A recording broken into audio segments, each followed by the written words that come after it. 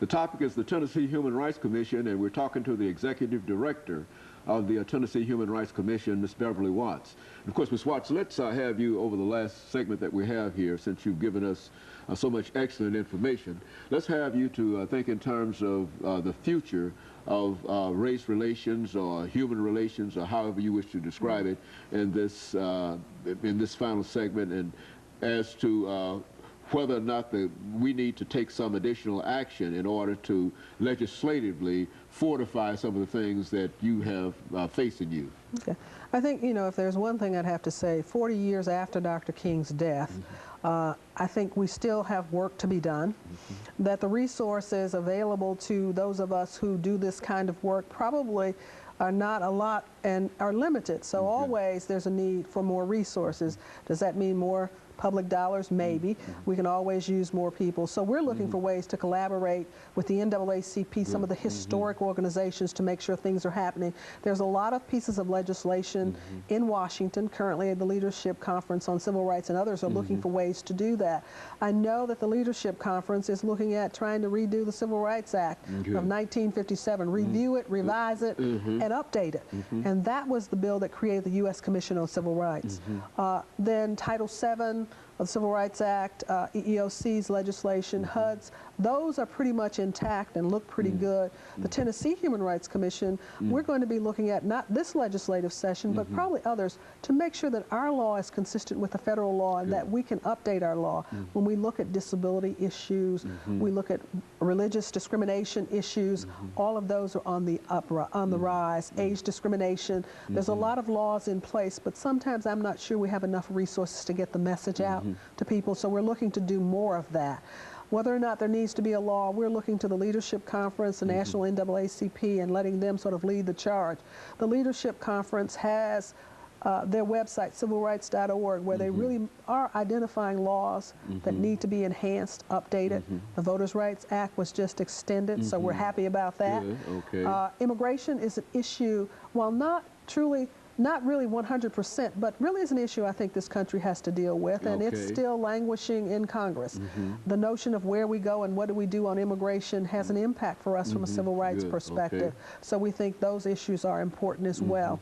I think if people think they've been discriminated against, whatever the arena, they can call our office, and I believe the number is probably going to appear either at now or after our program, but call us so we can go through those with them, because I think it's important for us to provide the advice, for them to provide the specifics on their specific issue, and that's what we do. Now, if I always had a magic wand, we'd always want more people so that we could respond to the issues that are raised. Will we get that? Probably not, so we have to be realistic.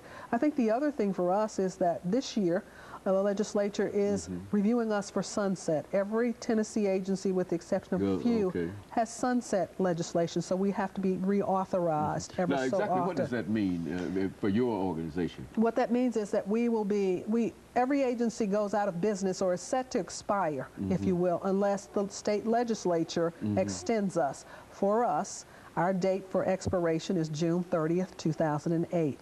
The good news is that there is legislation that has been introduced in the 2008 session to extend us to 2012.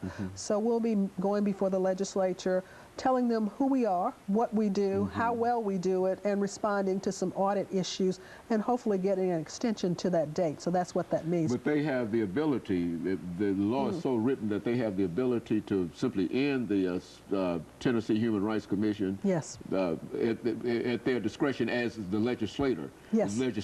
Right, and it's written in on every 5 to 7, every 3 to 7 years is really what it is, every 3 to 7 years. So we're looking at that. Well, now, what would be the justification for such a law? All of the agencies in Tennessee and the legislature has written it into the law. Some states have it, some don't. This is one. So it's not just us, it's every agency, but I'm talking only about our agency at this point. And they would just review and decide whether or not what needs to that happen. you're really doing what you're supposed Exactly, to do. and that's really what it is. A very, very positive impact rather than a negative impact. Exactly, and it's an evaluative process, and it gives the legislature an opportunity to evaluate our performance, how well we're doing, and how well we're going to do things in the future. So. You talked about sending out investigators. Give us some information relative to that. I mean, these individuals who go out and determine whether or not a hotel or a house or whatever is not doing what it's supposed to do. How are those individuals selected, and what are some of the criteria that they look for? We're looking for someone with an ability to analyze facts, to determine issues, and evaluate whatever information they have, both from the complainant and from the respondent, who may be an employer, housing provider, or a provider of public accommodations. We have 9 employees who work in employment and 6 who work in housing. And they actually investigate cases and determine based on what we get. Complainant says, I was not promoted. Someone else was promoted. And I wasn't promoted because I am a female over 40. And I happen to be black. And we get cases where all 3 of those elements are looked at. We may or may not find that that is discrimination. But then they come back to us and they says, by the way, I filed a complaint with you 2 weeks ago, and my employer fired me because I filed a complaint. That's a retaliation claim, and a lot of our issues are retaliation. It is unlawful to retaliate against someone because they file a complaint of discrimination with our organization. So sometimes we'll review that. Our investigative staff looks at all of the facts. What did the complainant say happened? When? Were there witnesses? We'll interview those witnesses. What did the respondent send in? We'll talk to the respondent. What did they do? If they're a manager of an apartment, we'll talk to that manager. If there are other tenants, we'll talk to the tenants in the complex. Who has relevant information? So we're like the investigative staff. If we find information that leads us to believe that discrimination has occurred, we'll turn it over to our legal staff. And they'll start either legal proceedings or they'll attempt to conciliate the matter. Last year, we conciliated and or settled, and we got benefits of over $400,000 for individuals who came to us. And that was a variety of things. Some of it was back pay. Some of it was front pay. We got attorney's fees, a variety of things, promotions, a number of things in the employment arena. In the housing arena, we got new housing. Sometimes we got their security deposit returned. So a variety of things that can be returned, and people can always go to our website too. We have a website. You go to Tennessee.gov and look up the Human Rights Commission. Our annual report for 2006 is located there, as well as our report for 2004, I believe, is there as well. And so you can actually determine how much, financially, how much money you were able to pull in for those individuals who feel that they've been discriminated against. Yes. And so you've come to some 400, almost a quarter, $500,000. Right, in 2006. 2006. And some of them could be small amounts. I mean, one individual might get 500, another individual might get 200. We might have someone who got $30,000. It all depends, but yeah, but we're able to track that. And most of those are settled cases where we go in, the person who discriminated says, I didn't do anything, but yes, I want to settle the case or conciliate the case for this amount of money. And the complainant says, I agree to accept it. And we do that. We also do mediation where we'll mediate the disputes as well. Over the last 2 minutes, we do hear every now and then some of these extraordinary awards that have been given by various commissions, judges, and et cetera. In your own experiences, what has been the largest award that you've witnessed during your career? During my career, we had a case in Kentucky where we got about $3 million for one person. For one person? For one person. That was about $3 million, and that included a promotion, it included bonuses, it included reassignments, it included housing pay, it included a variety of things, and it included back pay for failure to promote over a number of years. And that was about about $2 to $3 million, yes. Now that was an extraordinary... That was extraordinary and unusual at the local level.